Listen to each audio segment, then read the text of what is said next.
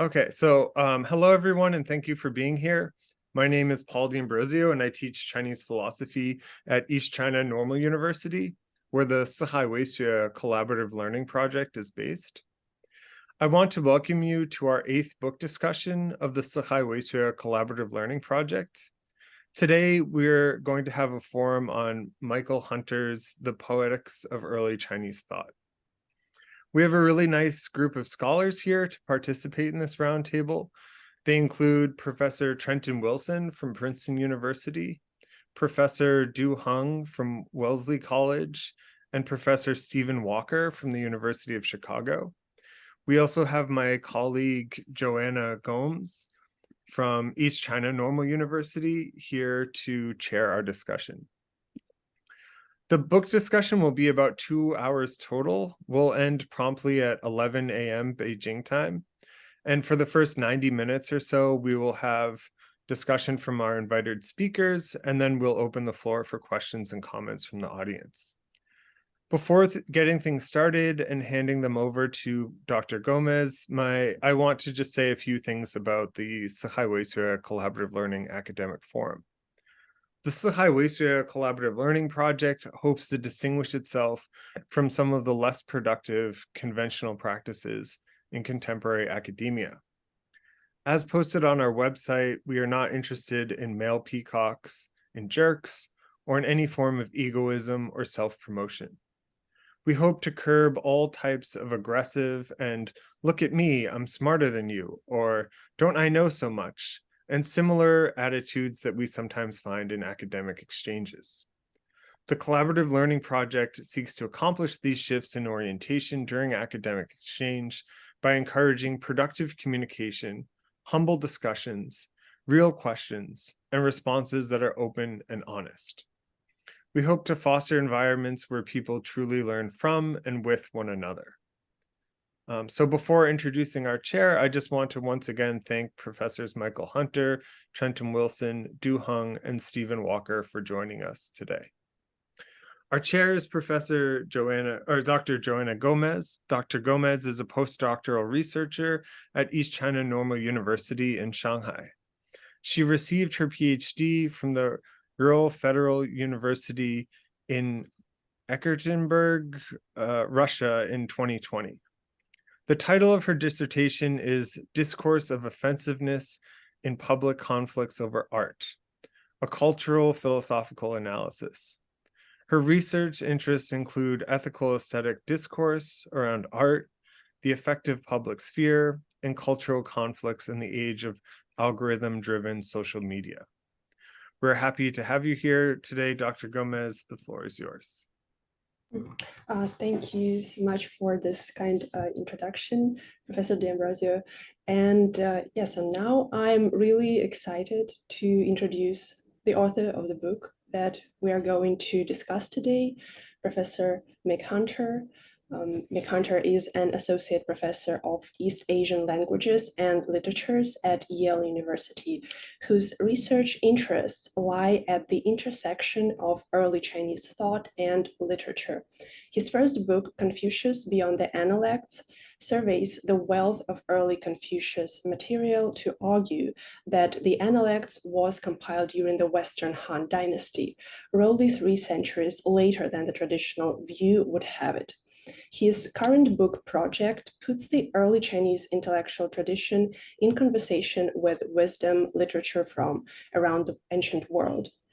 Now, I would like to welcome Professor Hunter to introduce his recent book, The Poetics of Early Chinese Thought, How the Shizing Shaped the Chinese Philosophical Tradition. So, Professor Hunter, you are welcome. Great. Thank you so much for that introduction, Dr. Gomes, and thanks also to Paul for this wonderful invitation, and to everyone at East China Normal University who helped to make this event happen. I also want to thank the respondents for volunteering their time to talking about my work, which is just super flattering and amazing. And I'm really looking forward to hearing everyone's thoughts in a bit. So the argument of the book is pretty simple. If you're interested in early Chinese thought or philosophy, you have to read the Shi, In general, I think scholars of early Chinese thought or philosophy have overlooked the central role of Shi poetry in the development of the intellectual tradition. To give you just a very quick example, and this is one among many, this is the table of contents from Readings in Classical Chinese Philosophy, edited by Ivanhoe and Van Norden. It's a fantastic reader that I actually use in all of my own classes at Yale. And just from reading the table of contents, we can see that the texts that matter most to the discussion of classical Chinese philosophy are the writings of the Warring States masters, the Confucius of the Analects, the Mozi, and so on. But the Shijing is nowhere in sight. And that's true of most studies of or introductions to early Chinese thought. If the Shi are discussed, it's often through the lens of Confucius and other thinkers who based their educational programs in part on the Shi. But the Shi themselves seem to have little to no independent intellectual value. Why is this a problem? A few reasons, I think. The first is that we find Shi references, citations, and allusions throughout transmitted and recently discovered sources from the Warring States into the early imperial period. The Shi are all over the place, so they were obviously important. The second is that early authors also describe the Shi as a crucially important corpus in all sorts of ways. They show elites quoting the Shi on diplomatic occasions, for example, in the Zhuozhuan. Bangu tells us that Shi learning was relatively untouched by the Qin book burning because everybody had the Shi memorized. It was just in people's heads. And we have people like Confucius at Analects 1613 telling us that if we don't learn the Shi, we'll have no way to speak. So in short, if there was one corpus that was known to the people who composed the texts we have today, including the master texts listed here, it was the Shi. The Shi were the sine qua non for educated elites in the period. And by the way, I don't think we can quite say that about the masters. Figuring out the chronology and the circulation of the master's texts is really difficult. Why? Well, it's because with the exception of the Laozi, no one is quoting from the masters until the Han period. The Mozi doesn't quote the Analects. It's not clear to me that the authors of the Xunzi actually knew the text of the received Mengzi, even when they were critiquing Mengzi's view of human nature, and so on. But all of these authors knew the Shi, which is why the Shi potentially, I think, can be a much more powerful, useful anchor for understanding the history of early Chinese thought. So in my book, I try to show what a Shi-centric reading of early Chinese thought might look like. First, I present a reading of the Shi worldview or ideology.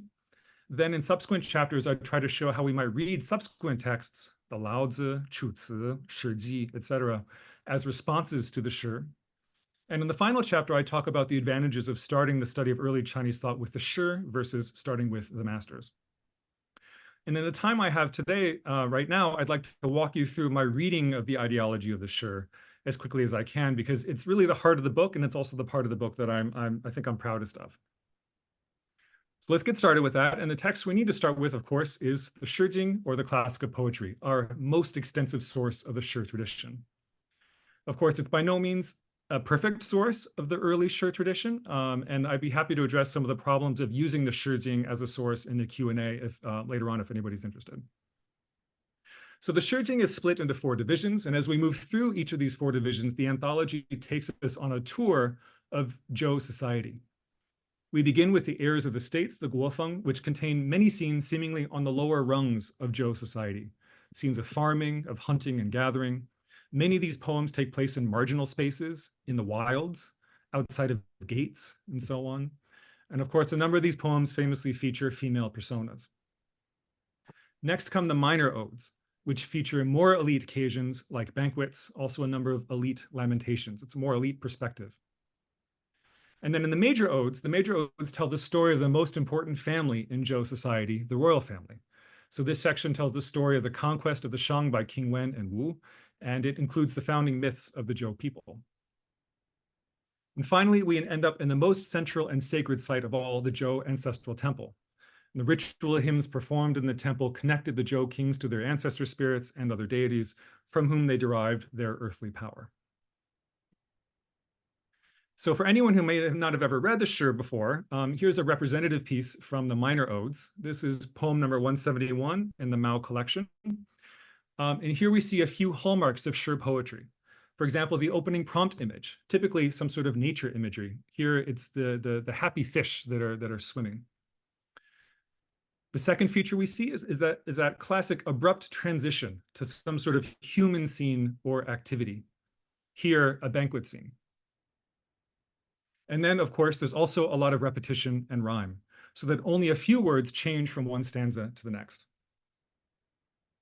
Okay, so the first step in my reading of the Shi ideology is an observation about the nature of Shi imagery. The Shi are a very kinetic poetry, and by that I mean they are obsessed with movement and with the rhythms and flows of nature, as in this poem with the fish. So for example, if we look across the Shi, there's an awful lot of flowing water throughout all four sections of the Shi. Rising waters, flooding waters, flowing waters, there's gazing at rivers, more rivers, rivers, rivers, rivers everywhere. Lots of movement in the form of water. There are also description of winds, violent winds, blowing valley winds, winds and rains of various kinds. Many Shi also trace the movements of celestial bodies, the stars, the sun and the moon, the sun in the east, an asterism, constellation, and so on. Okay. The movements of the stars are very important. There are also birds of various types, and usually in the Shi, birds are flying, and that's not an accident. We see swallows flying, pheasants flying, yellow birds flitting here and there, birds, lots of different places, often faying, flying. Also lots of fish, although I didn't include a slide for fish. And the human subjects of the Shi are just as kinetic, I would argue. There's lots of traveling, a lot of roads, traveling roads, going along great paths, highways, going out into the wilds. Wayside reeds are spouting, going far away to take water from a roadside cistern, or an inspection tour by a king. Incidentally, and we could talk about this later if you want, I have an argument that the importance of Tao in the early intellectual tradition is perhaps a direct consequence of its presentation in the Shi. I think the Shi might have established Tao as a core concept, and I'd be happy to talk more about that later. There's also lots of campaigning and marching. So soldiers or other emissaries of the king who are going on the march.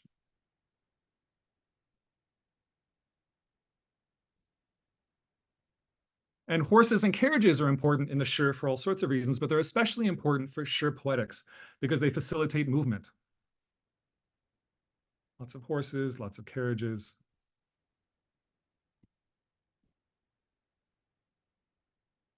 There are any number of elite material goods that Shi poets could have focused on in the Shi. Bronze vessels, for example, or jades.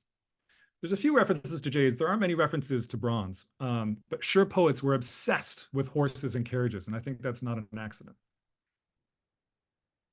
One of the best demonstrations of Shi kinetics is this poem, 7 月, 7th month, which reads like an almanac. And I want to go through this, just one stanza of this poem and show the different kinds of movements we see. First of all, we see the movements of the celestial bodies at certain times of year.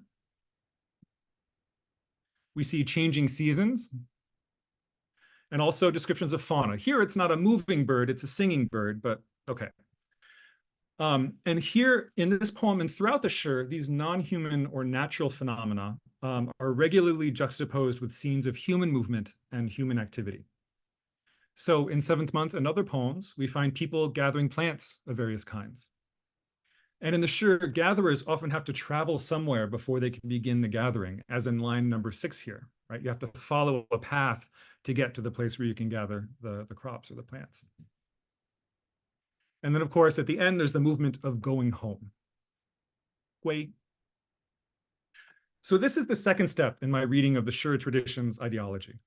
By juxtaposing non-human movements with these human movements and then wrapping them up with repetition and rhyme within the confines of a single stanza, 7th month creates the impression that the human movements are just as natural, just as predictable, just as necessary as the movements of the stars or the changing of the seasons. So the effect, I think, is to place all of these movements on the same plane, thereby naturalizing the human elements. And this is one of the fundamental dynamics of the Shi, I would argue, the juxtaposition of more obviously natural movements with less obviously natural human activities. Another way to see the importance of movement is to see what happens when the movement stops. So, and here I'm using Arthur Waley's translation. No breeze stirs, no cartwheel grates. I gaze down the highway and my heart is sad within. So long as no one is coming down the highway, the hoped for reunion is impossible. No movement, no happiness. Or this one, number 193. The sun and moon foretell disaster when they do not follow their normal path, right? When they don't move the way they normally should, that's when things go awry. Here's another one. Level and easy was the way of Joe, but now it is overgrown with weeds. Look there, a trapped hare, perhaps someone will save it. Along the path, a dead man lies, perhaps someone will bury him. So an overgrown road, a trapped hare, a dead body on the path. These are bad omens within Sure Poetics because these things can't move anymore. The proper flow has ceased. And here's my favorite poem on this theme, number 115. On the mountain is the thorn elm, on the low ground is the white elm tree. You have long robes, but you do not sweep or trail them. You have carriages and horses, but do not gallop or race them. When you are dead, someone else will enjoy them. So this is the Sure version of the Carpe Diem theme, right? Seize the day. In the Sure, carriages and horses involve you in the movements and flows of the world. If you choose not to take part in those flows, then you might as well be dead. Okay, so now for step 3 of my reading. Amid all of these different movements and motions, there is one movement in particular that is emphasized over and over again throughout the Sure, and that is the movement of gui, return, or going home. We've already seen a gui in 7th month, right? A girl's heart is sick and sad until with her Lord she can go home. So here the women, or perhaps one woman, the women, let's say, are longing for the day when they can gui with their new husbands. And of course, gui for a bride is a little bit complicated, right? Until the moment she is married, she can only go home to her parents because her real home, her proper home, is the home of her parents. But the moment she is married, she has to gui, go home to a new place, to the home of her husband's family. So a gui isn't necessarily a return, right? It's going to your proper home. And that's a really crucial distinction. There are lots of homecomings in the Sure. There's going home to comfort one's parents, going home to a lord. There's a bride going to her home. There's soldiers who want to go home from being on campaign. How could I not long for home? Let's see. Also, at the end in the hymns, drunken guests going home after a banquet. And of course, it's not just the word gui. There are other synonyms for gui in the Sure. For example, these words, these verbs of movement, they're also words for the comforts of home itself. And there are words for home. So there's quite a developed vocabulary of home and homecoming in the Sure. And crucially, the Sure doesn't just depict happy people at home. There are many Sure personas who long to gui, but they cannot for one reason or another. They're homesick. And the most common word for homesickness is yo, anxiety. Also, huai, longing, or pain, shang, or misery, bei. So in 162 here, the third line is telling, right? Qi bu huai gui. Here, Waley translated as, I long to come home. We could also translate it, how could I not long for home? The Sure worldview hinges on the perception that all of us have an innate desire to go home and to be with our loved ones. Now, the Mao commentary interprets this particular poem and poems like it as a poem of critique. According to the Mao commentary, this Sure persona is criticizing his king and government for not letting him go home. But in my reading, that's not the point at all. Sure Poetics needs these sorts of complaints because it's when people can't go home that they experience the love of home most intensely. So even these unhappy personas are reinforcing the necessity of gui, and they're still contributing to the ideology of the Sure. And there's a lot of anxiety throughout the Sure about homecoming.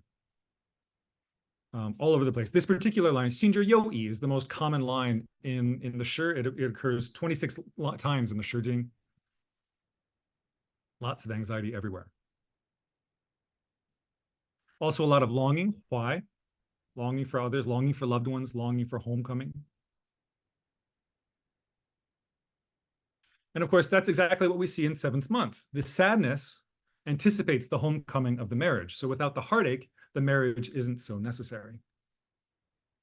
But the shi don't stop there, because there's a very subtle sleight of hand in the shi that has to do with the range of homes to which a person must return.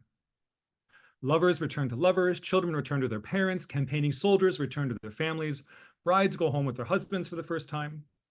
But people also gui to a virtuous ruler. So the argument in the shi is that a good king is just as much of a home as all of these other more familiar, more obviously natural homes.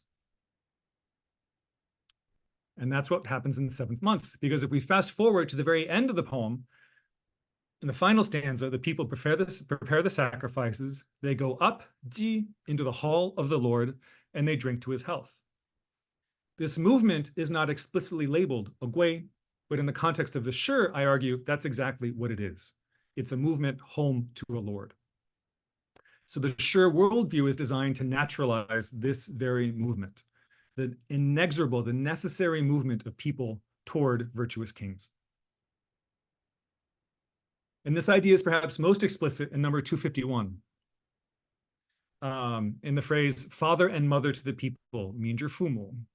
By the way, this is one of the most quoted couplets from the entire shi corpus. I think it was a real problem in the early philosophical literature, and I'd be happy to talk about why early thinkers were so bothered by this line. Why is the prince a parent? Because in the shi, parents represent home, and children always want to return to the home of their birth. And this point is made in the 3rd stanza, right? The junzi is where the people rest, but it's especially explicit in the 2nd stanza, where it says the prince, the junzi is the home where the people return to. Okay. We also see this in poems like 242. When he built the magic tower, when he planned it and founded it, all the people worked at it. In less than a day, they finished it. When he built it, there was no goading, no one forced them, yet the people came in their throngs. This is again, Whaley's translation. I think this is better translated as the people came as children, right? Zilai, as children, they came to the king naturally, inexorably, because they wanted to. Okay. Here's another example, 256. Nothing is so strong as the man whom people in all directions take as their model.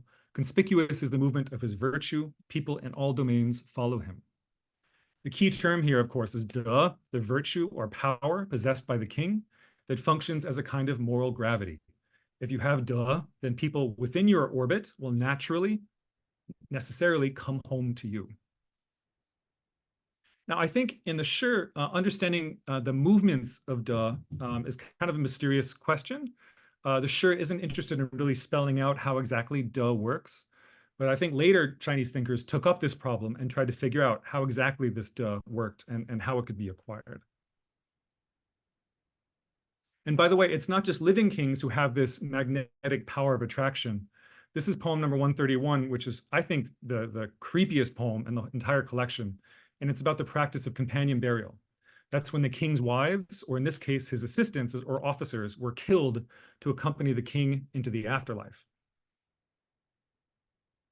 Now, the poem doesn't use the word gui, but I think that's essentially what this is. These other men are going with Duke Mu to the grave because they're being pulled to their ruler even in death. So the imperative to gui, the need to gui, overrides even life itself. They don't want to be killed, but they have to gui even to the dead ruler. I'm running out of time. Just a couple of other guis worth mentioning, and then I will stop. There's also the movement, the homecoming of ancestors to their descendants, right? So this is a ritual liturgy that would have been performed by the living head of the clan, the royal clan in this case, right? Pity me, your child, unheritor of a house unfinished, lonely and in trouble. August elders, all my days I will be pious. Bearing in mind those august forefathers that ascend and descend in the courtyard, I, your child, early and late will be reverent. O august kings, the succession shall not stop. So what is the ancestral sacrifice but a temporary homecoming, right? A family reunion. The dead come down out of heaven to feast with the living and to confirm the family bonds. Now, these ritual hymns are very different from the other poems I've shown you. And if we think about the shi as a collection, and we ask, why do the shi include these different genres? Why do they include the song, the ritual hymns, alongside the guofeng, I think the answer lies in the logic of Gui. I think the Shi collectively offer a vision of Zhou society that's united at every level by the universal impulse to Gui. So Gui is the glue that holds the Zhou sociopolitical order together. One final form of Gui is here. It's gods and the Zhou king, the movement of gods to the Zhou king. For example, in 241, this is talking about the founding of the Zhou dynasty. Then every land he tested and surveyed, God on high, Di, examined them and hated the laxity of their rule. So he turned his gaze to the west and here made his dwelling place. So the high god Di literally makes a home with the Zhou kings, right? He's homeless because the Shang are not doing what they should. So he makes a new home with the Zhou. Okay, I think I'm out of time. So I was going to walk you a little bit through Shengmin. And I had another example here of not just the ideology of the Shi, but showing one example from the Laozi of how I think we can read later texts as responses to the Shi. So I'd be happy to do that later if there's time. But I think in the interest of time, since I've been going for 20 minutes, why don't I pause here and we can start the conversation. So thank you very much. Okay, thank you so much, Professor Hunter, for this wonderful introduction to your book. And so now we are opening up discussion, and our first commentator will be Professor Trenton Wilson, who is an assistant professor in East Asian Studies in History at Princeton University. He is interested in intellectual and political history. He is currently working on a book manuscript tentatively titled Dark Abodes, Trust and Suspicion in Early China, that examines discussions of knowledge, ignorance, surveillance, and darkness in early China. So Professor Wilson, please, you are welcome. Thank you, Joanna. Thank you, Mick. Thank you for, and thanks to Paul for organizing this again. It's always a nice forum to have a conversation. I don't really want to start by doing a kind of summary of my thoughts on the book, but to sort of just get into a conversation with Mick about different aspects of the book and his thoughts on this. I will say before I do that, I find, I've told Mick this before, but I'll say it in public forum, that I find the book incredibly beautiful as a written, as a piece of writing, which I think is a testament not only to the, the quality of the thinking that's going on in the book, but also just the depth of the engagement with the sort of beauty of the Shi and its modes of conveying really complicated and delicate aspects of human emotion. And especially, I mean, I just as a plug, if there are people looking for things to assign their undergrads, I find the ability to, the first chapter of this book, reading the Shi, or the first two chapters really, work beautifully as a way of getting conversation going about a very big corpus of material in undergraduate classes, because there's so much, the presentation of the material is clear, and there's so much really rich material, sort of drawing out some of these themes that we see across the text. But so I want to sort of start the conversation with Mick by looking at, so in rereading this the second time, and it became even more clear to me in your comments how weird this philosophy of returning home actually is, or this mode of thinking, because on the one hand, the way that you just presented this, I think, is really drew this out for me in a way that I was only sort of hinted, was not entirely clear to me in the reading of the book, but I was sort of trying to struggle to put this together. But it seems to me that there's problem is, on the one hand, movement is a positive thing, and human movement has a kind of directionality, and being on the road and using your horses and being out and about is a positive thing. But on the other hand, you want to return home, you want to be at home. So why not just be at home? um, why is there something about this that demands to be on the road and to feel the loss of home, but to not, as far as I can tell, we don't have a lot of poems that describe, just the sort of peacefulness of being with family at home. That there's the return and the longing to return, but we don't have that kind of, just hanging out with the kids and the parents at home. And so it seems to me there's this really interesting sort of contradiction or tension or something that's at play here, where this ideology of homecoming demands a kind of violent displacement, and sometimes it's quite violent, right? That these people are being sent into battle and they can't return to their families. But at the same time, it's paired with this, we have to get back. And on the one hand, that's a kind of negative critique maybe of the Zhou state, and there's a kind of critical edge to that. But on the other hand, I wonder if it's actually not that critical, that it's really just this kind of, we intentionally displace you and then teach you to long for home, and that it's like a whole package. I don't know if you have, that's not a very well-formed question, but it occurred to me that there's this really bizarre tension here. And I was wondering how you think about that, or how we should think about that.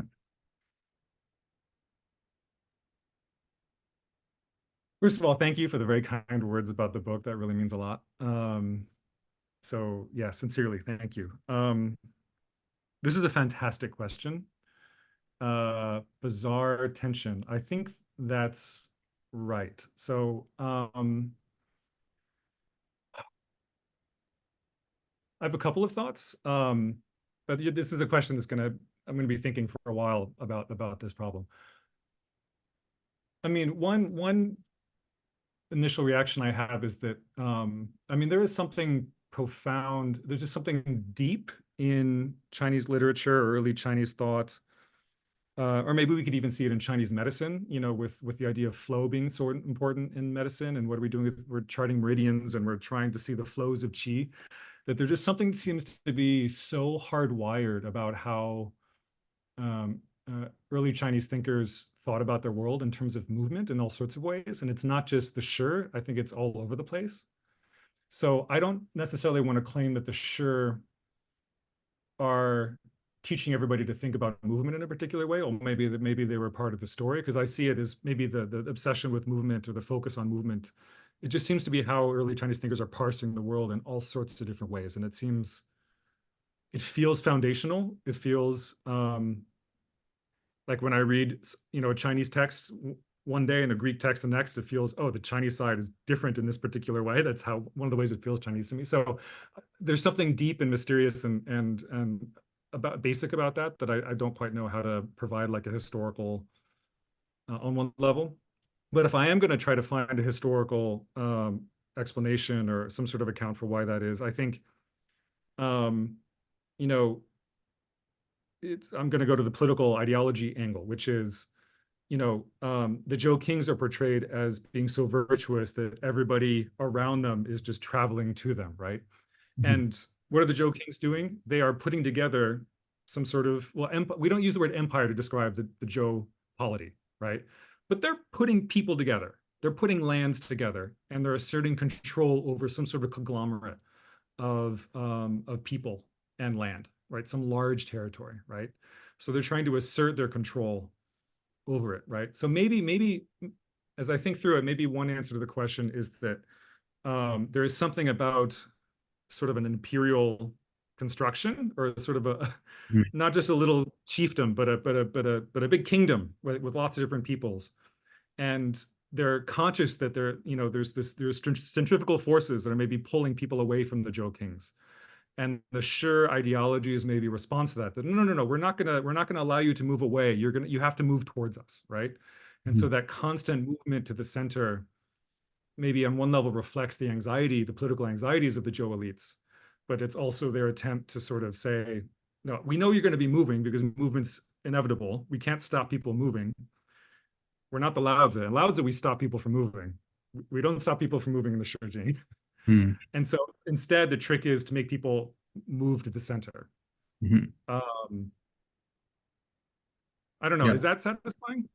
Yeah, I mean, I don't know what I was looking for, so I wasn't like I wasn't fishing for. I just thought it occurred to me that this is a really bizarre sort of because there's I mean, it's interesting that I mean the Lao Tzu bit that you just raised is really helpful in the book and is really helpful in this conversation, I think, because it's almost as if there are maybe different ways of construing what Zhou ideology meant, and the other way might be the Lao Tzu way, where this idea of, I mean, depending, of course, how we read these passages in the Lao Tzu, but this idea you don't go out of your front door, right? You are alone, maybe at home, and so but also that the descriptions of these small hamlets in the Lao Tzu that really don't even interact with one another, but they can hear the chickens crowing from across the way.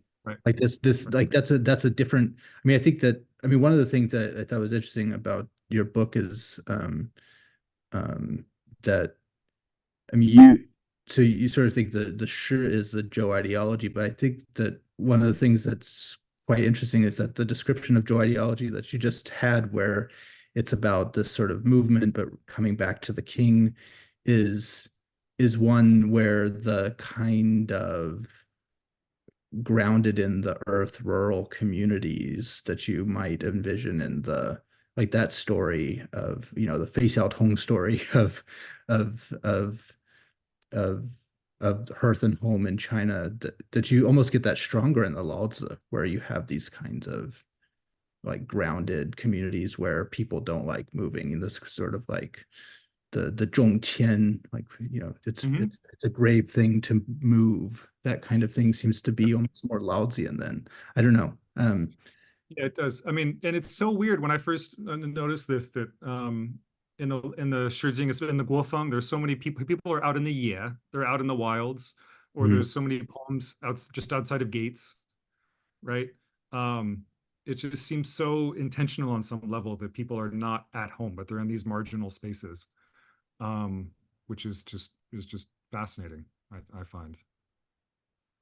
Yeah. So I mean, I was trying to put, because we always talk about this when we talk about your book, but your sort of brief reference to the James Scott stuff, where you say the shi, I think at one point you say the shi naturalizes sedentism and statism against the mobile and the stateless. The shi obsession with movement might spring from early agricultural anxieties about the appeal of the non-sedentary, stateless lifestyle. It's like you could imagine that as a description of the Lao Tzu world too, right? But those are two different ways of naturalizing sedentary life, and somehow this does it in a way that kind of embraces more movement than the Lao Tzu. And that's not really a question, but sort of just thinking out loud. Yeah. One final thought, and then yeah, not to dominate this or to just talk about this question, but I mean, seventh month, Qiyue, that poem was really central to my development of my reading of the shi. And if you look there too, it's I mean, you have to look at also what is the nature imagery that they're really focused on, right? And it's changing seasons, and it's moving animals, and right. So there's something about the way too that they're parsing the natural world, right, in these terms, that is also, I think, feeding into their obsession with human movement at the same time. So another way we could sort of do this is sort of thinking about the long tradition of thinking about change and transformation and cyclicality, right? And that the human movements, I think, are being we're invited to think of human movements also as sort of fitting that sort of notion of how the world works. Right. Yeah, that humans are part of their mode of being part of the natural environment is that they return home to their kings. and their Yeah, that's right. That movement is just as natural as, say, the movement of the sun and the moon across the sky. Yeah, I think that is the argument of the Shijing in a nutshell.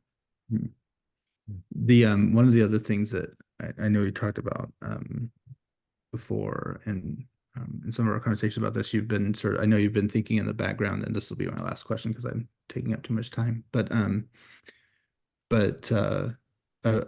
one of the things that's been really formative for me and the sort of conversation in reading this book, but also the conversations that we've had before about this book, is thinking about how to draw out these shi questions when reading the master's literature, which I think is obviously your, as you say, that's the big question. I mean, how do we think about, how do we reconceptualize the way that we do or write early Chinese intellectual history, given the sort of fluid nature of these texts? And so the way that you identify these themes in the shi as formative themes in early Chinese intellectual history has been really fruitful for me in sort of thinking through, as now it's always in the back of my mind as I'm reading the Zhuangs or the Monks or whatever, when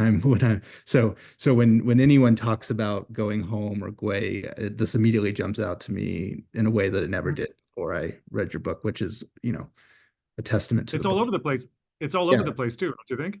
Yeah. So I'm going to run this by you and and I know that I think you have this briefly in the book. Actually, I don't remember. Maybe we just talked about it. But I've been sort of thinking about, there's a mode of talking about gui that I think is that's substantially in tension with the shi model of gui, which is that death is a kind of homecoming. So you see this in the Zhuangzi material, you see this in Liezi, you see this in Huainanzi, you see this in a bunch of other places, that, to gui, death is a kind of gui. And so I wonder, like, how would you sort of think about that in, like, what kind of response is that to the shi narrative?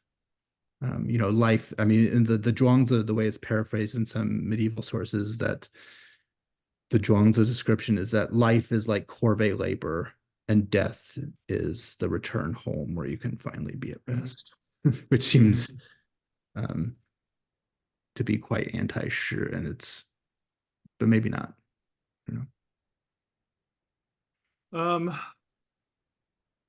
Yeah, well, I think, yeah, that's a good question. I think there's a kind of a, can I bring the Louds into this again too? I'm not sure I can. I want to see the passages you're thinking about to really see how they're talking about it. But the idea that what does the Laozi do with the shi in my argument? I think that the Laozi is saying, okay, yes, you need to, gui is this important movement. It's this important process that we have to undergo, but the Laozi locates the endpoint of that process in a different place, right? It's we're going to heaven, right? We're going back to some sort of heavenly state of ours, right? So we're reverting back to our most natural heavenly selves, right? We're not, yeah. So I think that could be one way of sort of thinking about death, is that death is a kind of return to some place of some ultimate origin. Like I'm thinking of in the Chuzi, the Yuanyo poem, that at the end, we're doing our Chuzi thing and we're leaving behind everybody, and then we return to the great beginning at the end of it, right? And that is, it's a journey, but it's also a return because you're going back to an original state. So in the sort of more, what I'm tempted to call more philosophical deaths, that could be one way of thinking about it. Of course, you're, in the context of the ancestral cult, when you die, you do go home to daddy and granddaddy and granddaddy, right? So you are reuniting with your family. So even on the shi account, right? I mean, on the model of, say, a woman who gets married, she guis to a new place because that's her proper home, right? Yeah. So that the dead, wherever the dead belong, wherever that place is, that is their proper home. That's where they belong, right? Mm-hmm. So I think even maybe that's a better response. Yeah. Yeah, I really like that. I mean, I was just, as you were talking and putting the Laozi and the shi and the Zhuangzi together, it seemed like the sort of multifaceted nature of fumu, of parents is Mhm. a really interesting way of piecing this all together. So, you know, even the Laozi, I mean, in a sense that all the images of children, like young children, infants in the Laozi, Mhm. as one mode of thinking about, you know, what is the paradigmatic relationship between parents and children. It's that sort of intimate moment of wholeness at the beginning of life, which is then Mhm. returned to in death after your parents have left the world, and you know you Mhm. get to return back to them. And then, you know, also then the sure, like going home to be with your parents who are live. I don't know, it seemed like the role of fumu could play some interesting connective tissue in thinking about how Mhm. all these different gui are actually different modes of thinking about the relationship between you and parents. I don't know. But Mm. Yeah, I totally agree. anyway, I've taken way too much time, but I'll look forward to Thanks. Those are awesome we'll questions. keep Thank you, talking Trenton. about this, but yeah. So thank you so much, Professor Wilson. And now I'm glad to introduce our second commentator, Professor Heng. Professor Heng is Andrew W. Mellon Assistant Professor of Chinese in the Department of East Asian Languages and Cultures at Wellesley College. Her research focuses on the history of the book in early China before 220 CE. In her existing publications, she explored topics such as authorship and information management, as well as comparative study of ancient book cultures. So Professor Heng, you are welcome.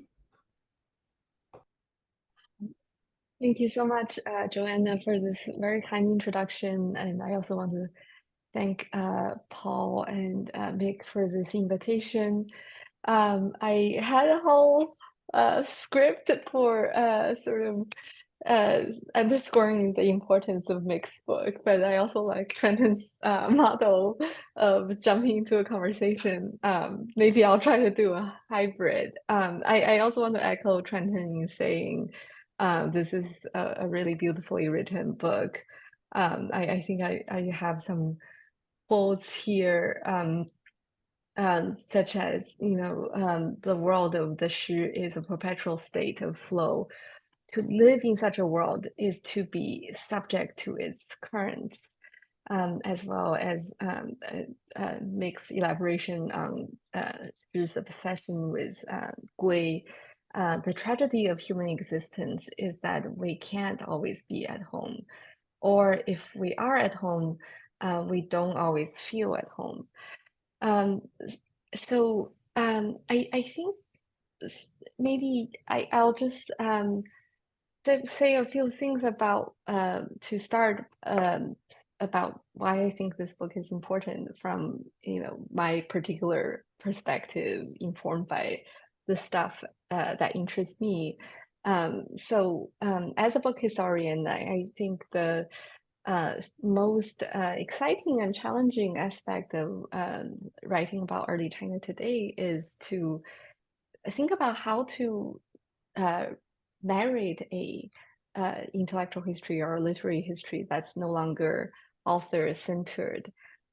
So in the book that I'm currently working on, I talk about how you know, we need to think about these texts as existing in different ontologies, and texts in their default ontology is this very sort of fluid entity that's very much like how Mick describes the Shi corpus in his book, that is not fully individuated, not yet solidified, and has a rhizomatic relationship in terms of its intertextuality, and not necessarily tethered to a particular historical moment. So in working with this kind of text, either a sort of traditionalist author-based way of interpreting a text, nor a sort of new criticism approach where you see a text as a self-contained entity, neither of those approaches are sufficient. So I think Mick's methodological approach in how he reads these texts is very innovative and offers a model for how we can think about the texts in this kind of fluid existence. I think the way he treats these texts as a digital object and sort of reading from the mid-range, neither too close nor too distant. I think that's almost magical. I think just reading the pages where he pulls out all these echoes of the famous Guanju in all these unexpected places through his digital tools is just really exciting. And just as a side note, Mick has always been very generous in sharing and teaching his digital tools to others, myself included. So I think that's really exciting for the field.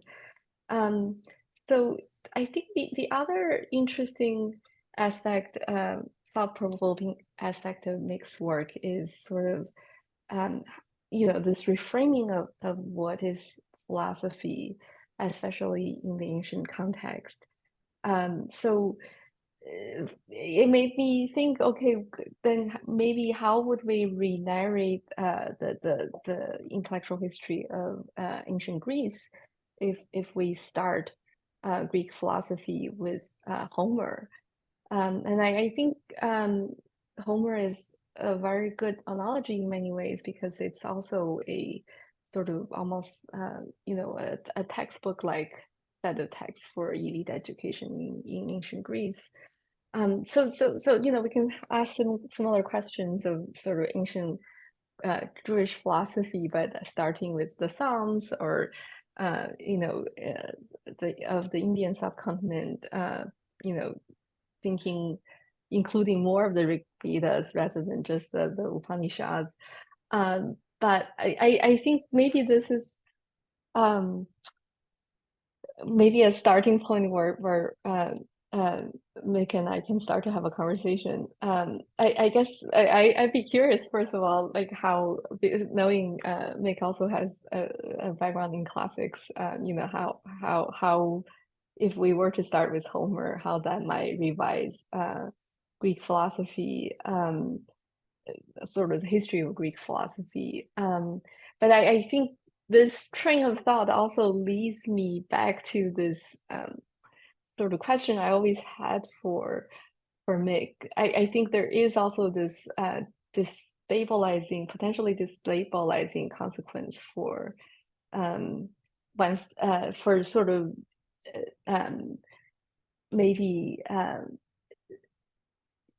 entirely dissolving the distinction between philosophy and what we might call other cultural products. And maybe we I'm happy to talk more about what I mean by that. So I don't know if Mick, you have any sort of wild speculations to begin with about Greek philosophy.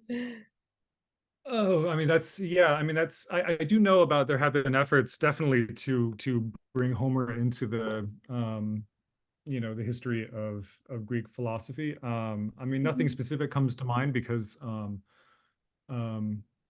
but I think, yeah, and I probably should have cited some of that scholarship in this book because that is I actually wasn't able, I did a quick search. I wasn't able to actually find anything that's terribly obvious. But again, my search was very quick. No, but it's yeah, that is I should have looked more into that question because I have some references somewhere. I just didn't follow up. But your question about potentially destabilizing or dissolving the distinction between philosophy and other cultural products, I think this is something I could definitely talk about. I think so. First of all, I want to say I am not telling anybody what philosophy is or should be. Let me just say that because I'm not in the philosophy department. I have a BA in philosophy. I got a BA in philosophy and Greek classics. But that aside, I didn't get a PhD in philosophy, and I don't self-identify as a philosopher. So far be it from me to tell philosophers how to define their field and their approach. The only what I will say though is that the longer that I do this, the longer I study early China, the more convinced I am that modern disciplinary categories like philosophy, literature also is another one. We could add others, are ultimately distorting. They're less helpful, actively unhelpful as opposed to helpful. That's not to say I think we should totally abandon these categories. We have to be able to speak with our colleagues or work on other things, and disciplines are important and necessary and useful in all sorts of ways.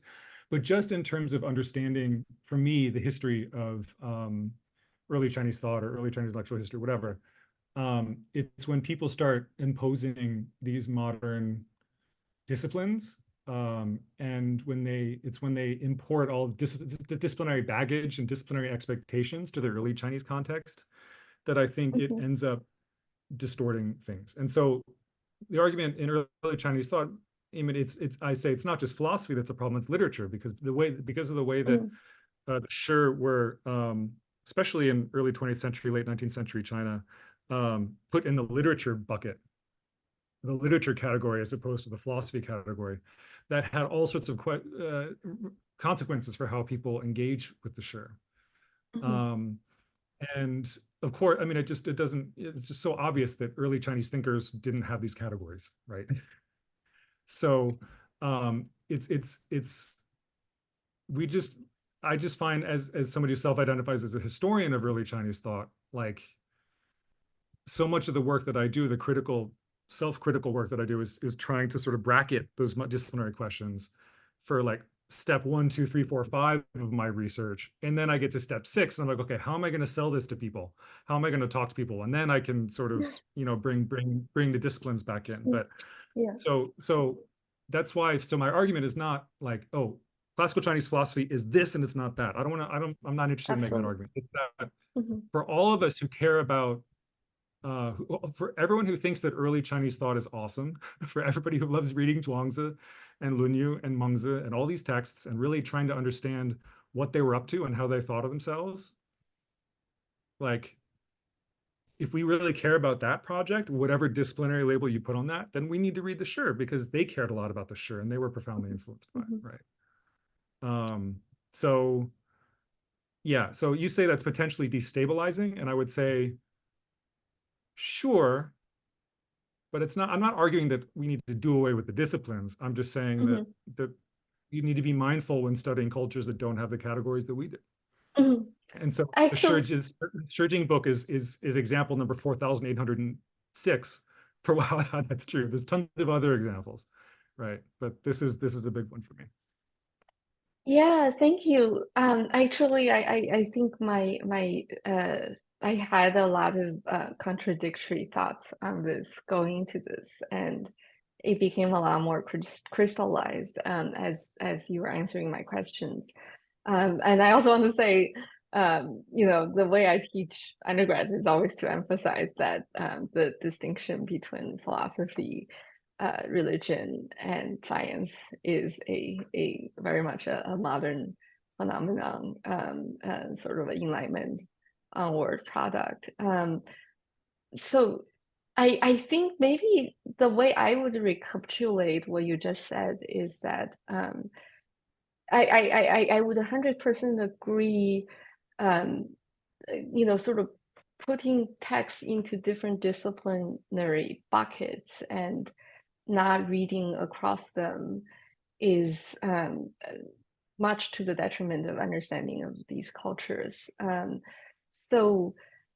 But I think at the same time, I think maybe for me, for each of us working on all sort of understanding the textual environment of all of these texts, maybe there's some kind of distinction that one should be made. That's perhaps something like between background and foreground. I think maybe one way is, I think in a much earlier conversation, I pushed you on the distinction between ideology versus philosophy.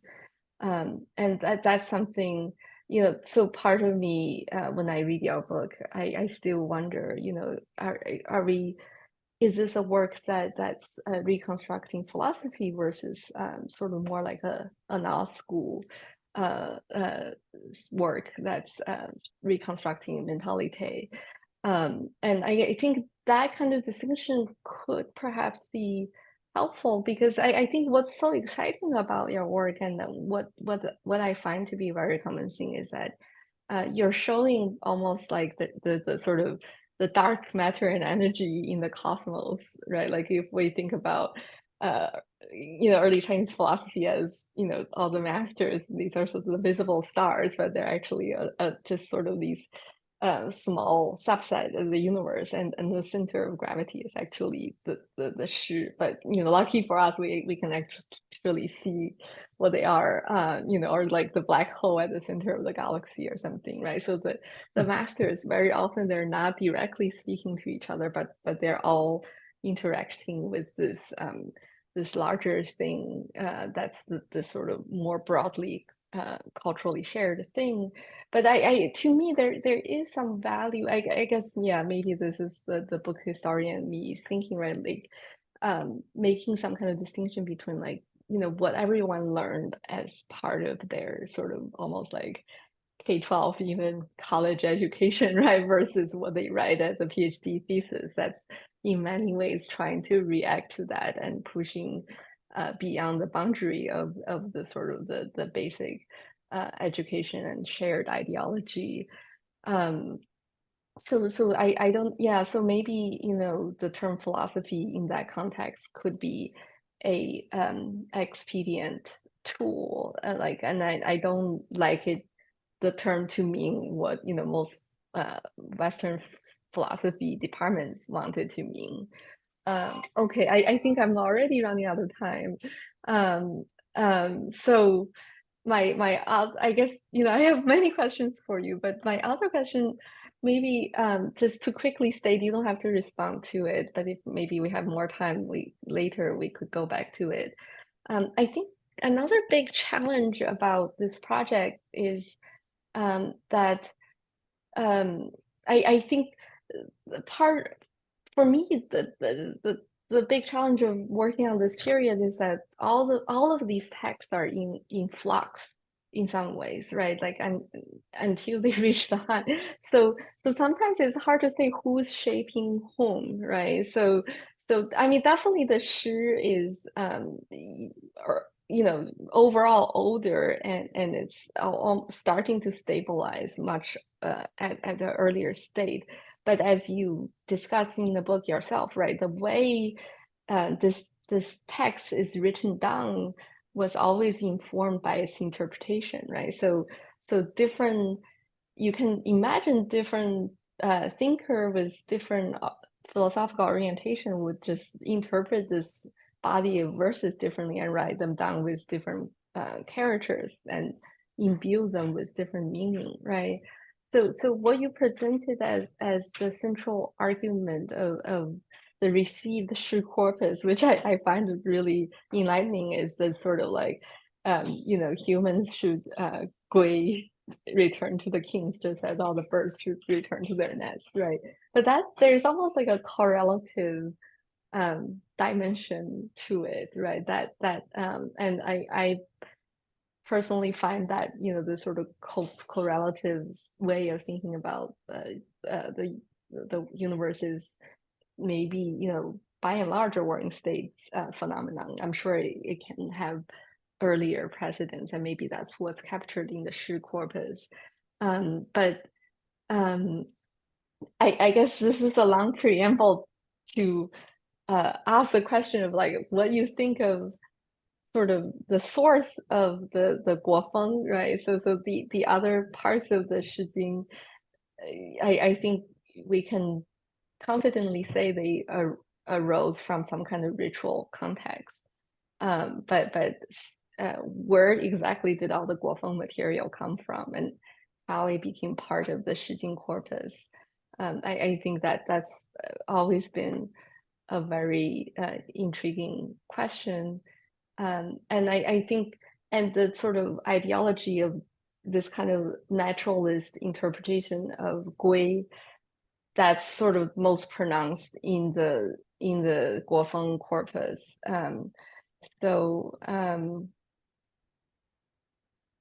But yeah, I've already used up even more of the time. That's allotted to me, so I'll definitely stop here. Thank you so much. Yeah, thank you. I mean, that's yeah, thank you for those questions. I'd love to have a conversation with you sometime soon. We're not so far away from each other, so we should figure out how we can make that happen in person. Yeah, I mean, you've said a lot. So first of all, I don't think the Gui stuff in the Shijing is most pronounced in the Guofeng. I think it's strong in the Guofeng, but the way that I've constructed the argument, I've tried to show how Gui discourses I throughout totally agree. all four I meant yeah. the naturalist dimension, right? So like if you remove the Guofeng, right, then you have even it's there more like in the Daya. I mean, my first poem I showed you was from the Xiaoya, so it's not just the Guofeng, and you can even find that style of imagery even in the Song in a couple of places. Right? So okay. It's not just the Guofeng, but and again, you know, one of the things that this wasn't quite your question, but one of the things I personally thought a lot about is why do all these different poems in the Shijing, why do they count as shi? Like a song is so different from a Guofeng. So why the hell would you put all this stuff in the same collection? Like that's kind of my question. Yeah. Yeah. How come we couldn't have a Guofeng and then we could have a song? Why did they have to circulate together? Like I find that question really fascinating, and that's one of the things I'm trying to do in the book is to show, well, maybe there's this ideological way of thinking about it that is what unites everything together. But what is the source of the Guofeng? I mean, I don't. I mean, who knows? We don't. They didn't like poems in the villages. I mean, there's sure. I mean, just the fact of the way that the poems are organized in the version we have, but also in some of the manuscripts where we have some Guofeng now. You know, where they're organized by region. That's certainly very. I mean, that's the main piece of evidence you got to start with and say, well, was there some effort at collecting the song traditions of different places? Was that part of an early imperial kind of gesture? You know, that would be the direction I would go in, but how do you prove that? I don't know. I think maybe asking source is a bad question, actually. I think what I meant almost, you know, it's maybe like what would have been the sort of the earlier context for these works. I mean, I also liked how you talked about class in this in this book, and sort of, you know, the same term meaning different things across different class contexts. And a lot of I think a lot of the Guofeng poems are still ritualistic, right? That, you know, like there's a lot of them do. I mean, I do buy the sort of earlier reading that a lot of them are sort of, you know, wedding songs and things like that. So maybe, but maybe for a different class. But yeah, I think maybe. Sorry. Well, I was going to say there's a passage towards the end of my second chapter where I sort of have allow myself to imagine what could the prehistory of the shi have been, and just based on my reading, you know, I just was, you know, well, Trent's advisor would have something to say about what I'm about to say, but I was impressed by the fact that my ideological reading seemed to work. You know, that there was a coherent worldview that I was able to construct, and you know, maybe, you know, I mean, I find it very appealing to imagine that, you know, the Eastern Zhou court, they're sitting there, they're so weak, they're just relying on their prestige and their ritual power, you know, to make a claim as to why the other lords shouldn't destroy them. And doesn't it make sense to imagine an early Eastern Zhou context for putting together this collection of poetry is going to be making an ideological argument about why the Zhou were so great. So that's what I go to. But the Eastern Zhou were around for a long time. So was that 8th century, 7th century, 6th century, 5th century? You know, like there's a long range of time that you could a lot of context you could use to make that argument. I mean, you also, I mean, I think, you know, have a great deal of scholarship in archaeology that talks about actually increasing amount of standardization and shared cultural vocabulary in inscriptions during the Eastern Zhou period. So Oh I yeah, think that yeah, that's I think maybe. interesting. Yeah, yeah. You know, in Yeah, if we had Papenhausen, sure in the bronze inscriptions, that would be something, right? But I don't right. believe there are any sure in any bronze inscriptions. I know, but I think maybe the opposite is true, right? That I mean, I'm thinking mostly of Constance Cook's most recent book, and that Mhm. you know that you can see her as a um, sort of um, sort of sort of rewiring of the what comes out of the bronze inscription materials, and Yeah. to sort of transform it for a new sort of self-cultivation context. But I think sort of this larger emerging shared culture in Eastern Zhou. I mean, your impedance also, I think, wrote about this, right? So Right. so even if there were like political fragmentation, you do have an increased Yeah. sort of Yeah. Yeah. cultural unit. Yeah. But I would say I think still the most intriguing question is the one you said, right? That like how did um you know, how did these different corpus of poems, corpora of poems being, how did they become united under the Shi umbrella, with, I feel like the Guofeng being the obvious one. But like, I think your reading provides a good theory for why they could be put together. And so maybe that'll help us locating more, like who might be the people interested in making that move. I'll definitely aside show from up. yeah. Yes, exactly.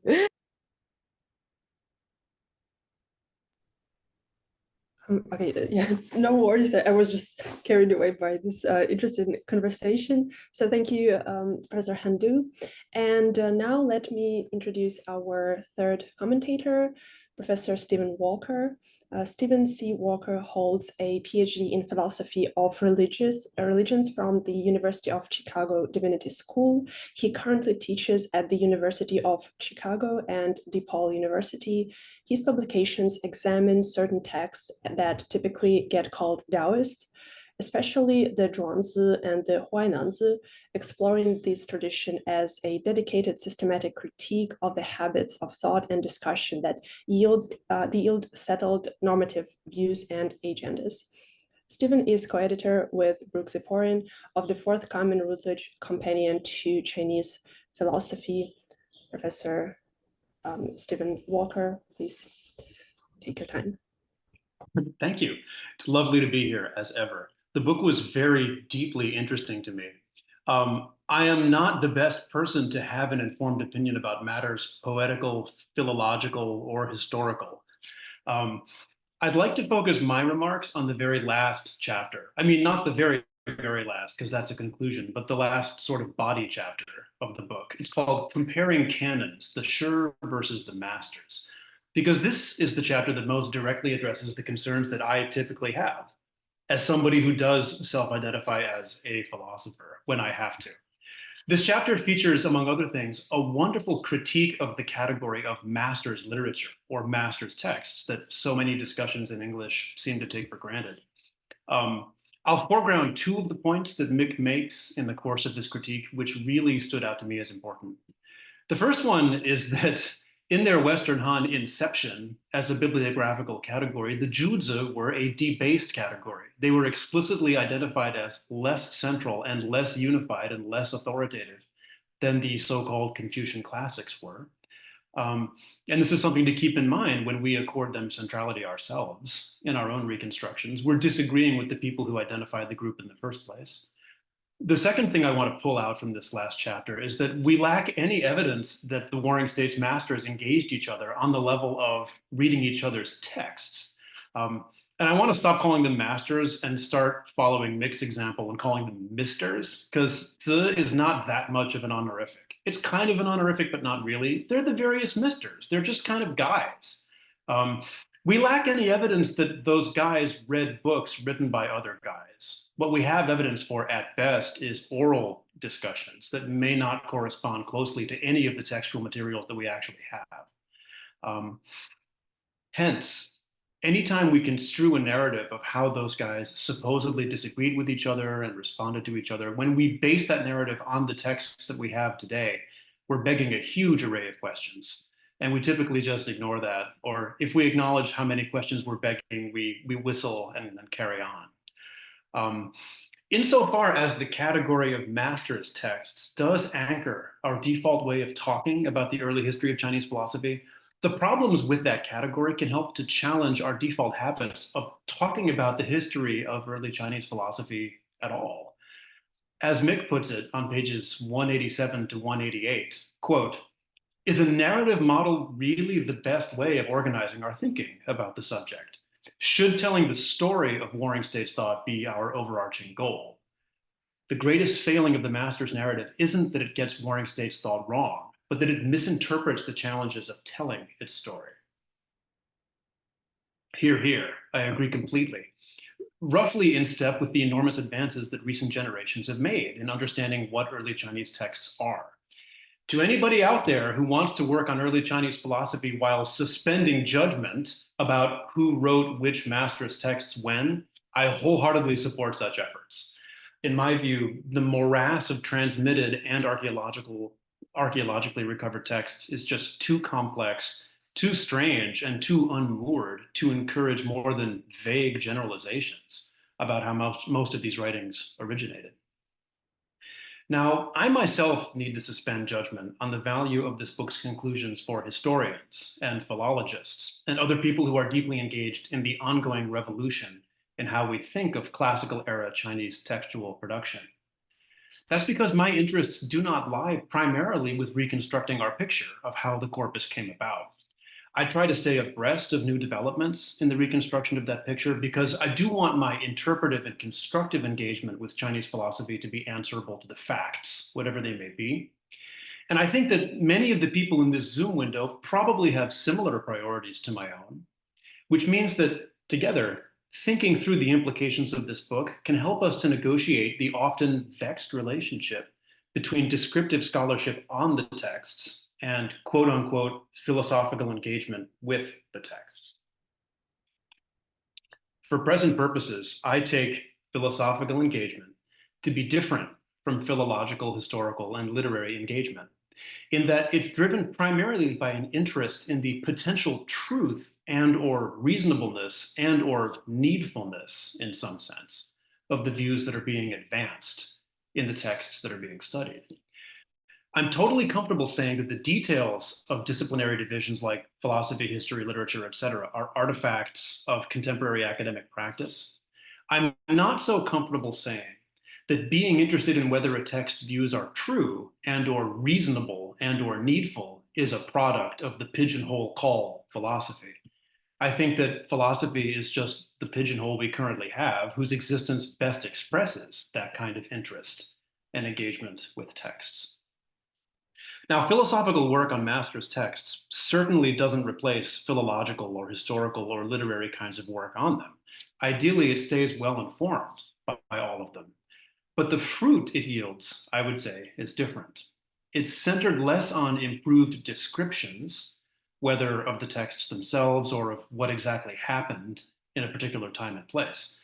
The fruit of philosophical work centers on improved understanding of certain issues and topics and claims that the texts address. Issues in ethics, for instance, or the meaning of life, the nature of knowledge and language, what is real and what is not. This improved understanding is subject to ongoing testing by philosophical discussion.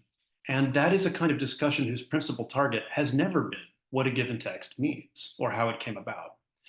The target of philosophical discussion remains certain issues themselves. However, often it may turn out to be the case that deep dives into philosophical texts can turn into immensely time-consuming and rewarding projects for any philosopher.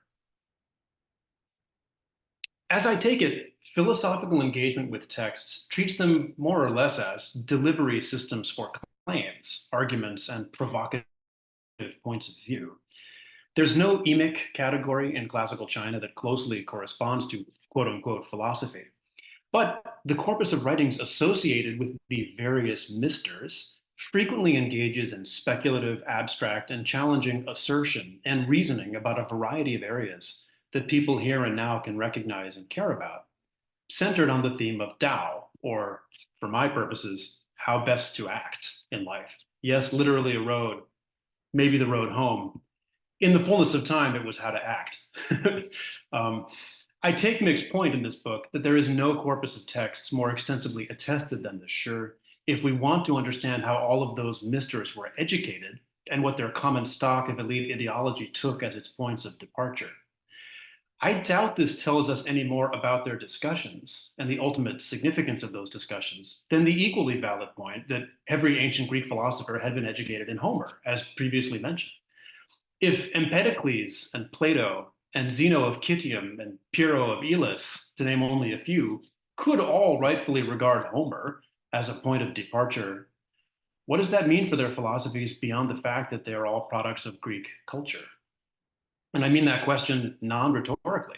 What I'm most curious to know right now in this window and going forward is just how far, Mick, you think we can or should push the theme of Shi centrality in explaining and interpreting the rhetorical and conceptual moves made in the texts that people are accustomed to engaging philosophically.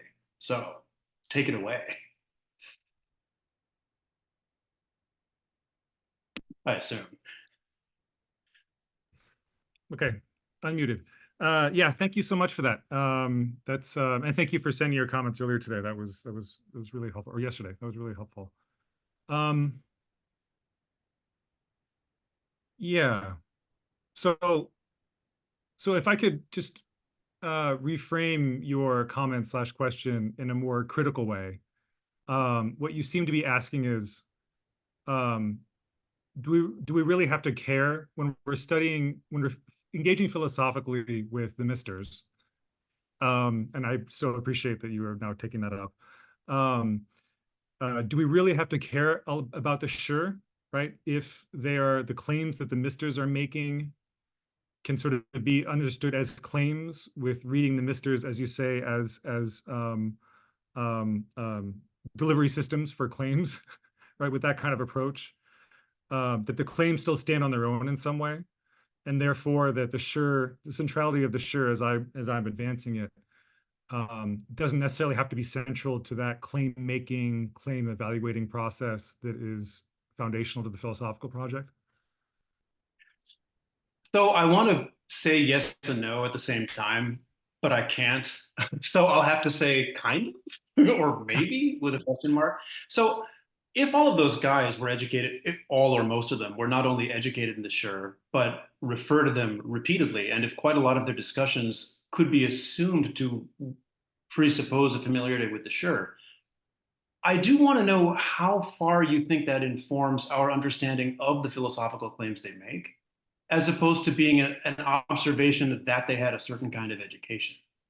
I mean, I assume that people who care about reading the texts philosophically will care about the texts and the people who made them. And so some acquaintance with the Shi I take for granted, just like some acquaintance with the Chutze and historical narrative I take for granted.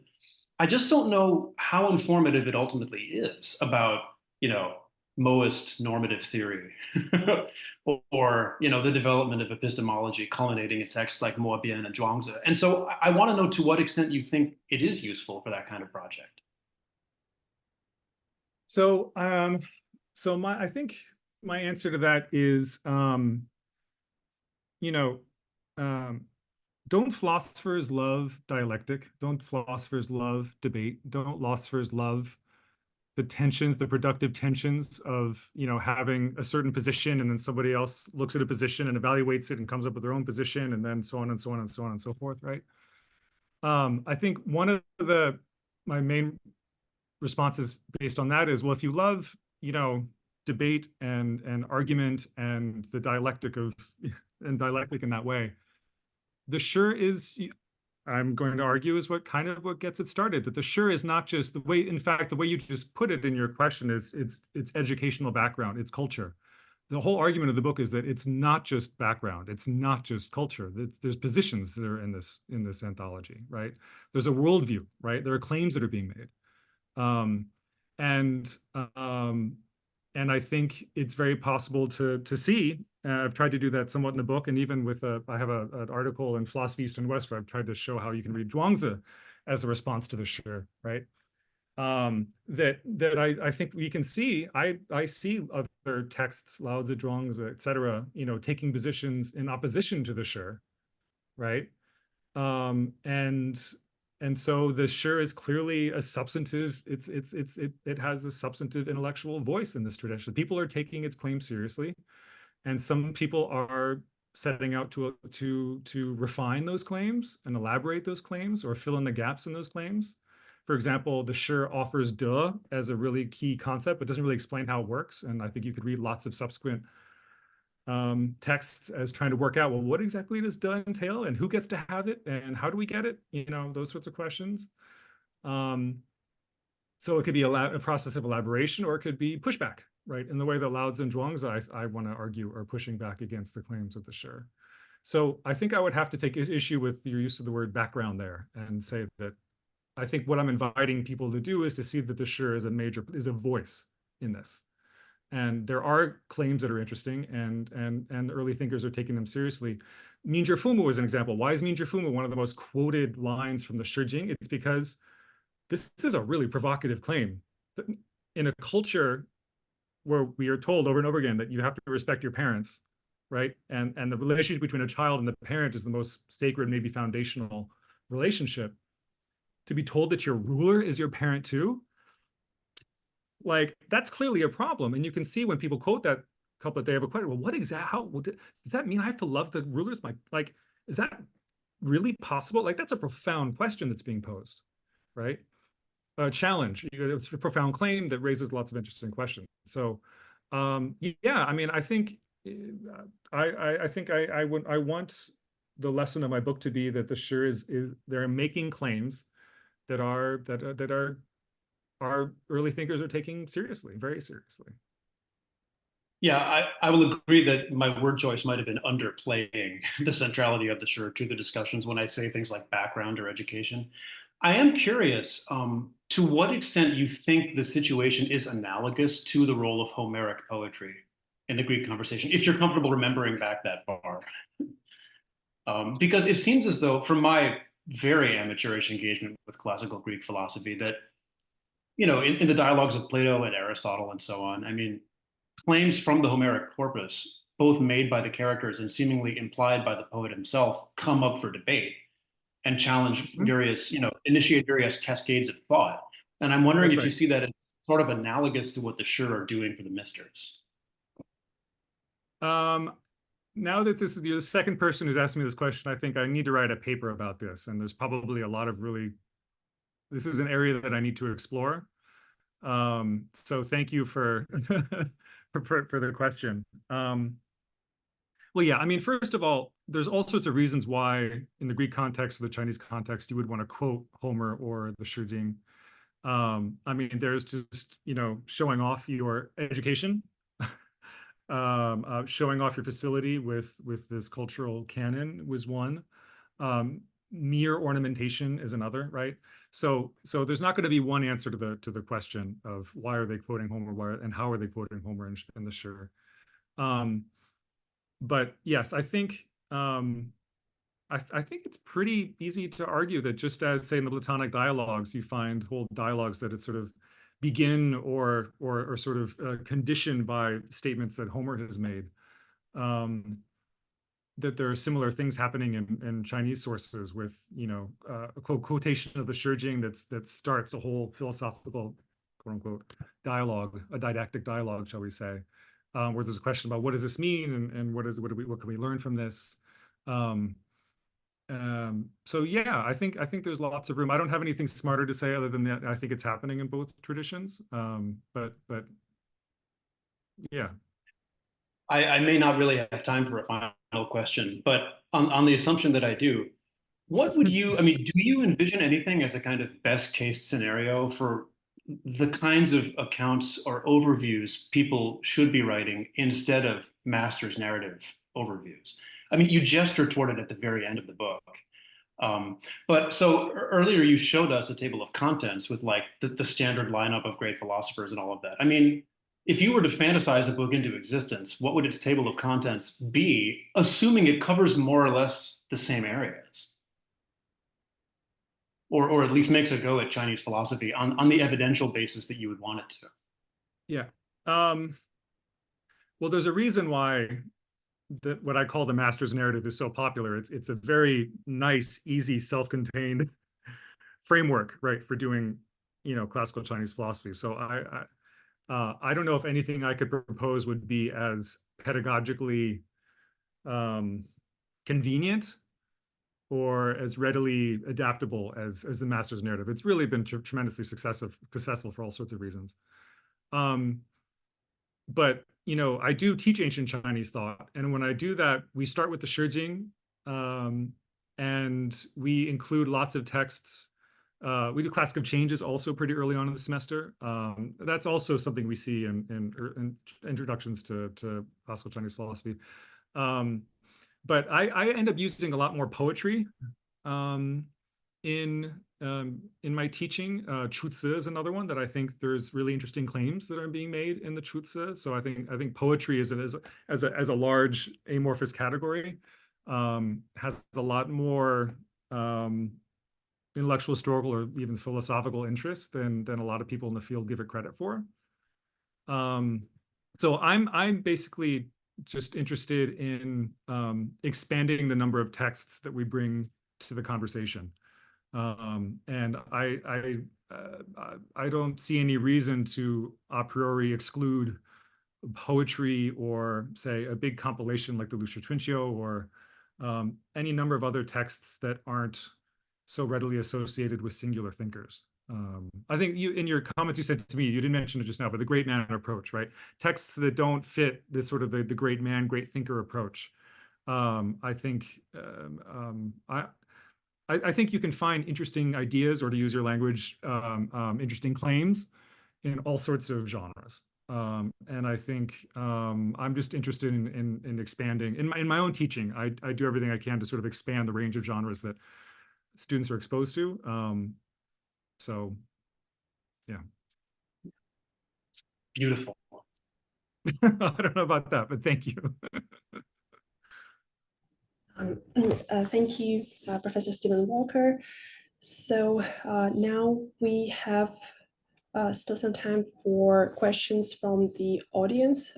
And if there is there are any questions from the audience, it's time to ask them. You can do this in chat or raise your hand for that. And if someone is still thinking of the question, then I will take the opportunity to ask question myself. And first and foremost, I want to thank you, Professor Hunter, for this book. I adhere to to what has been said about it, and it's really beautifully written. It's very convincing for me, for someone who doesn't really have a good background in ancient Chinese thought, and I think that this emphasis on the concept of Gui is very, very convincing and compelling. And as far as I'm concerned, you are sort of presenting this hierarchy of Guis, that there are Guis that are directed towards parents, towards home, lovers, and also it sort of culminates with the Gui to the king. And this ideology, it permeates the Shi corpus. And my question is here, what about the aesthetic realm and let's say the function of poetics as aesthetic enjoyment. What place does it take in your view of Shijing, and whether even this Gui can be viewed as a cathartic kind of aspect that, yeah, you mentioned in your book that we tend to, it's natural for us to be nostalgic, to long for something that we've lost, or something that we've left behind. And it seems for me at least that, yeah, there is a necessity for somehow aesthetically elaborate on this, and reflect on it, and poetry usually helps a lot with that. And so what are your thoughts on what is here more important, the ideological aspect, or the aesthetics for the sake of aesthetics? Yeah, interesting question. Use the word cathartic too. That's a very loaded term. Did you? Yeah, I kind of wanted to link it to Aristotle and to his Poetics. I don't know if it's fair to, yeah, I mean, yeah, and there's a lot of debate about what Aristotle means by catharsis too. So I don't know. I think it might be safer if we leave Aristotle out of it. But it is interesting to think about, I mean, Aristotle develops that theory of catharsis in the Poetics, which is all about Greek tragedy. And it's I've enjoyed to myself thinking about the tragic elements of the shur and the possibility of tragedy in the shur, and thinking about all these personas who are denied homecoming. The most tragic personas in the shurjing are the ones not who are away from home, but the ones, often women, I think, who are at home and they don't experience it as a true sense of belonging, right? I think that is the most tragic kind of situation in the shurjing, especially there's one of the soldier who comes home and his family's mad at him, right?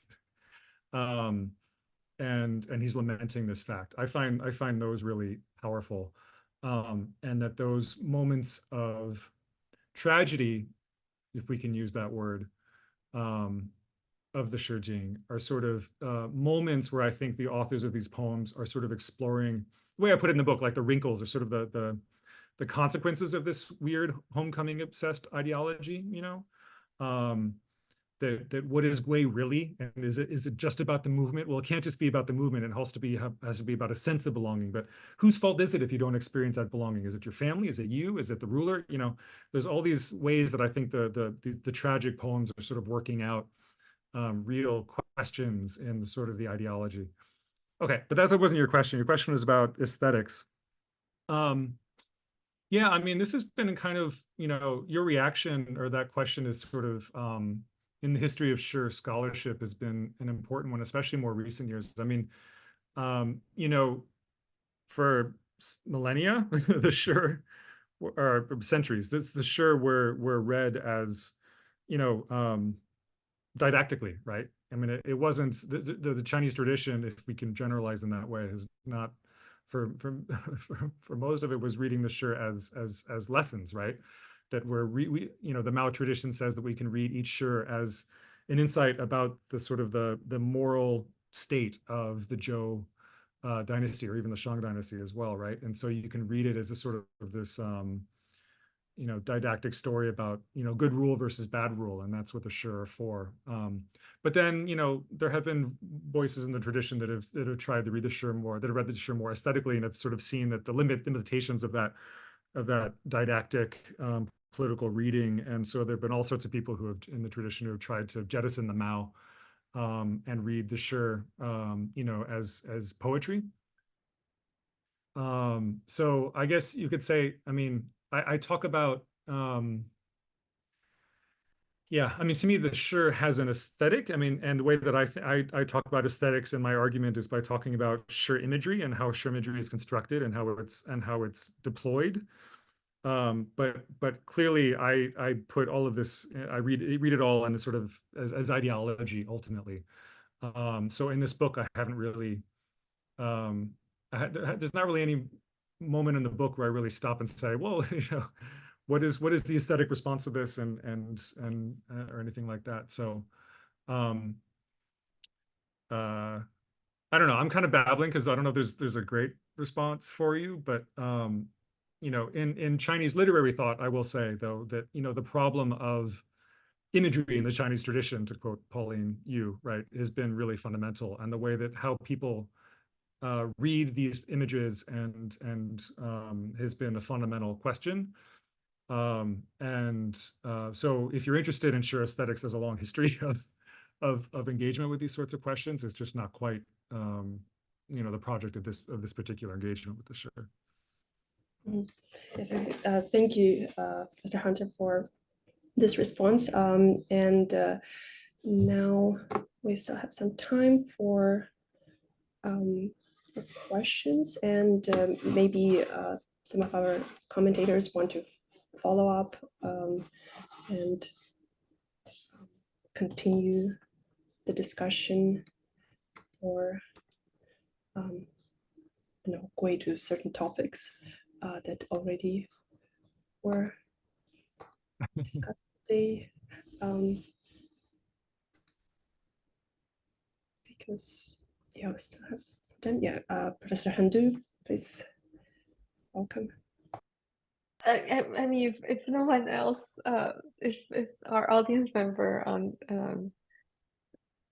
raising questions, I guess I think that the one thread that Stephen and I have been pressing on Mick, I think, yeah, I mean, I would like to see this as sort of a moment for all of us to think about methodological innovations and terminological innovations, right? Rather than, and then so I guess, right. So if we were to use the Homer analogy, right? Like one could think, say, all sorts of ways that, for instance, Plato's entire argument about, immortality and his vision for afterlife as a reaction to how, afterlife is imagined in the two Homeric epics. But I think the way that's articulated, I would imagine in existing historiography, is that this is sort of a reaction to traditional Greek religion, right? And then in the Greek context, you actually, I mean, philosophy is a operative term because that's a term that the actors themselves used as a way to define, right, true knowledge versus something that you happen to be grown up with. So I guess there are two things I want to say with this. One is that maybe background isn't a most descriptive or helpful term here, but just because it's something that's, for the lack of a better term, part of a background, doesn't mean it doesn't have a position, right? So those two things are not mutually exclusive.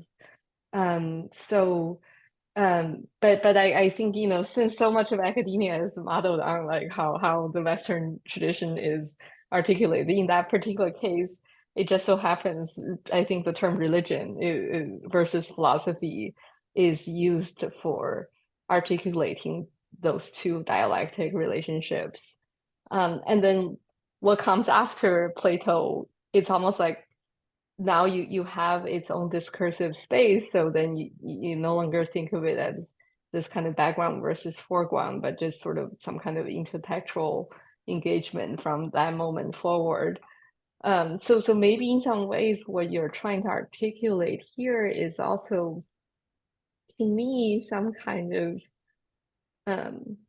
there is some kind of dialectic like that, and maybe we don't quite have the right term for articulating it, right? Like I said, the terms I suggested earlier might be something like mentalite versus, like, I don't know, philosophy. But but not philosophy as. But I think articulating those layers and those different, there is a difference in the discursive mode, and I'm not saying this needs to be defined as something that's outside of intellectual history and inside intellectual history, right? But we're still talking about a history of philosophy, but how best to articulate? I mean, to me, articulating that layer is what makes it even more interesting. Is that for me or for Stephen? It seems like it could be a response to Stephen's question too.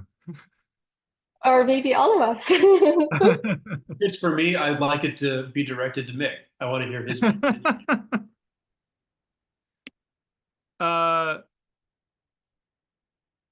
Yeah, so just so I understand though, so the problem we're talking about is how to articulate the well, here we all these disciplinary terms: intellectual, historical, philosophical, whatever place of a text like the Shijing that is part of a cultural repertoire, right, of thought, but that it is dead and closed in some way, right? In other words, it's not dead is the wrong word. It's okay. Dead and closed is the wrong. I mean, it's part of a tradition that's there, right, and has a weight in the tradition. And how do we capture the things that people do with it, and how how seriously people take its ideas, how they use the ideas, et cetera, that sort of thing. I think Yeah. and just to build on that, I think actually it just occurred to me, right, like this distinction of Jing versus that, say Han bibliographers made. That's, I mean, in some ways they are trying to articulate, right, like as sort of individuated, non-universally shared thoughts versus a much older layer of text that we still might not universally agree with, but has sort of a broader,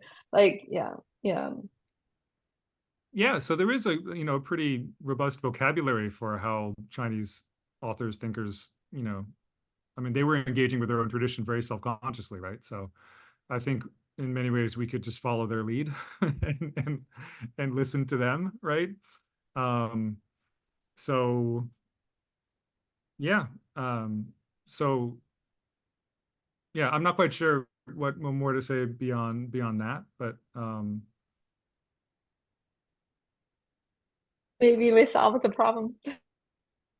well, I mean, we just pitched your next book, right? The Homer comparison. Well, I should say though that the Homer comparison is really important because I actually got the idea for this book. I was invited to a conference at Beida. There was I talk about it in the preface to the book. There was a comparing Homer and the Shijing. So it was precisely on sort of what do we do with these two really important texts in their respective traditions. And there's got to be some comparative work here. And so there's a whole volume that's cited in the book that is precisely, it's a collection of essays that came out of that conference.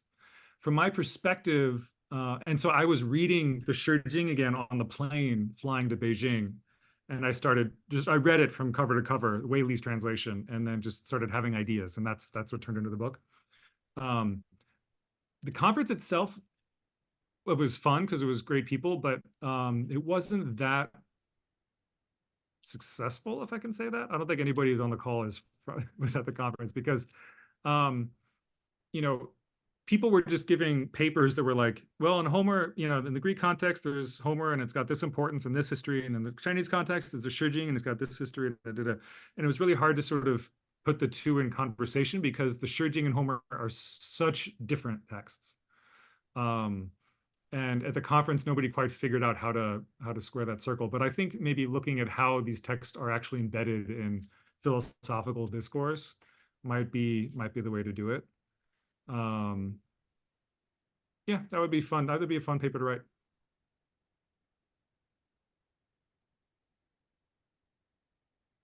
I was gonna throw one thing out in this conversation. It's also getting late, so we don't have to, for us on the East Coast. So Yeah. if we end, if there aren't any more questions, that's totally fine. Go ahead, Trenton. No, it's I mean, I don't. I was just. I mean, I was thinking it sort of in the vein of Stephen's questions that one of the one of the interesting things that we've been talking about, what's in the background, what's in the foreground, and so forth. That one of the and there are lots of people who make this methodological move, but I think one of the key moves that you're making in the book is that arguments aren't always in the place where you think you should look for them. Yeah. I mean, and I really think that's a smart move and one that we should all take to the bank. Which is that, whether you're reading the most boring administrative text or whether you're reading the most sort of emotionally rich poetry, that we shouldn't be overwhelmed to think that this is just merely empirical or merely emotional or merely that all these things are containing positions, that they're staking out positions, and that those positions help to constitute a kind of form of life.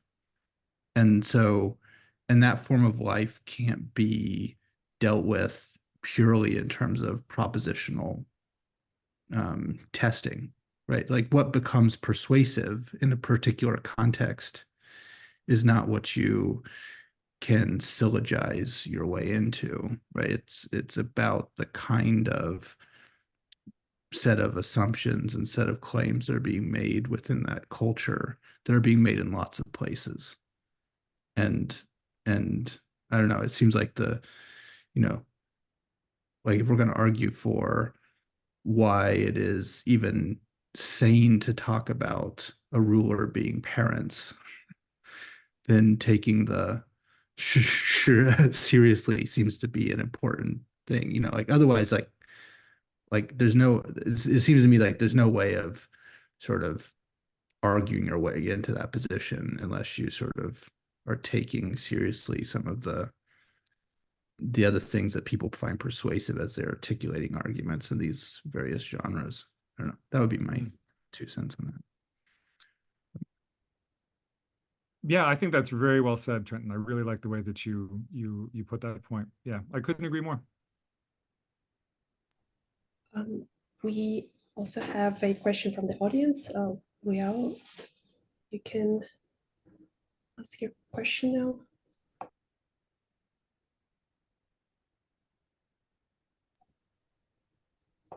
Thanks for Professor Hunter for a great book.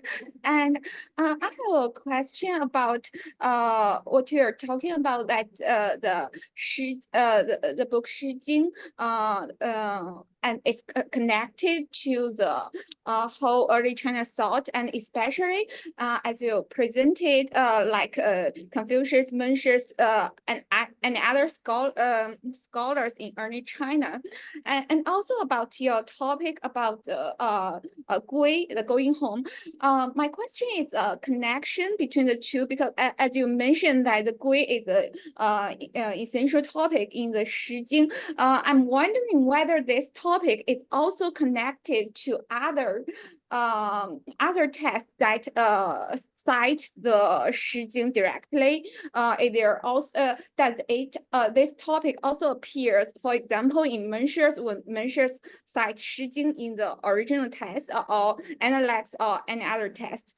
Does that also the gui topic also appears in the text and has a important influence to that those texts? Thank you. Oh, thank you so much for the question. Yeah, I really appreciate it. I think, yeah, I mean, the short answer is yes. So in chapters 3 and 4 of the book, I try to provide lots of different examples of how this ideology of gui, how it shows up in other sources. And so I have lots of little case studies in chapter 3.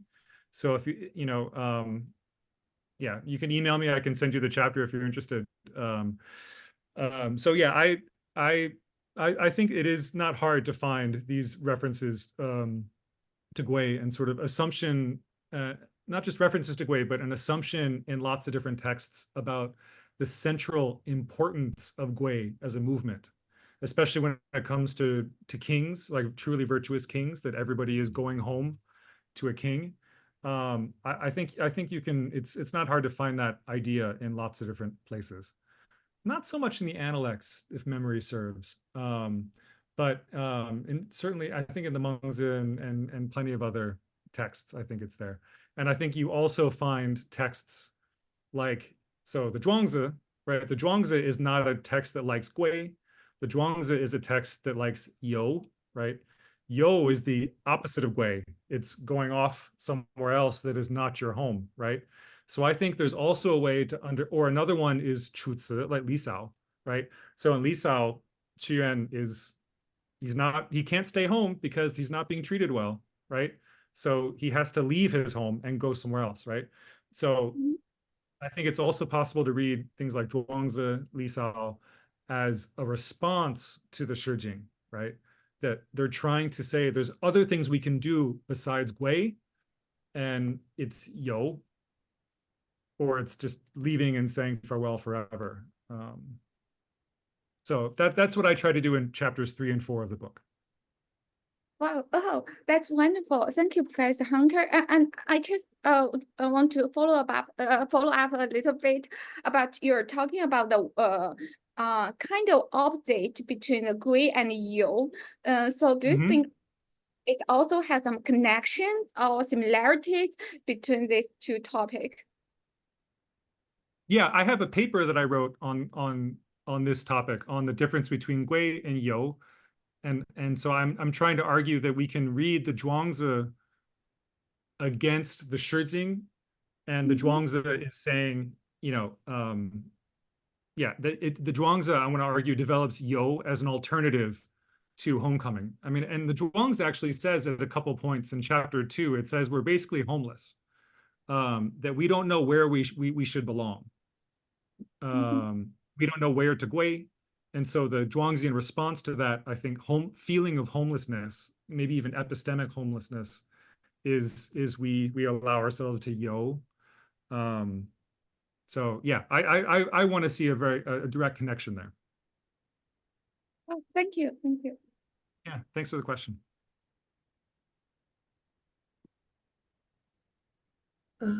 Yes, so I think that if there are any other questions, you might ask them. If not, then it's time for us to wrap it up. And I want to thank every participant, and especially Professor Hunter for first and foremost for the wonderful book, and then for this interesting discussion.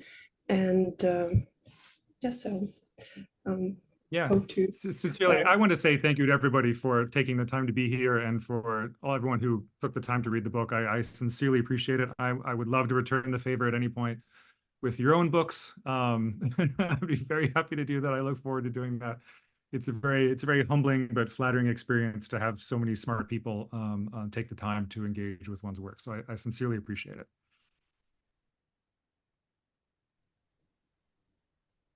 Thanks, Mick. It was fun. Talk to you soon, hopefully. Great. Is that it? Okay. Thanks, everybody. Everyone. yeah, Bye. Well, Thank you so thanks, much. Paul. Yeah, See you no all. problem.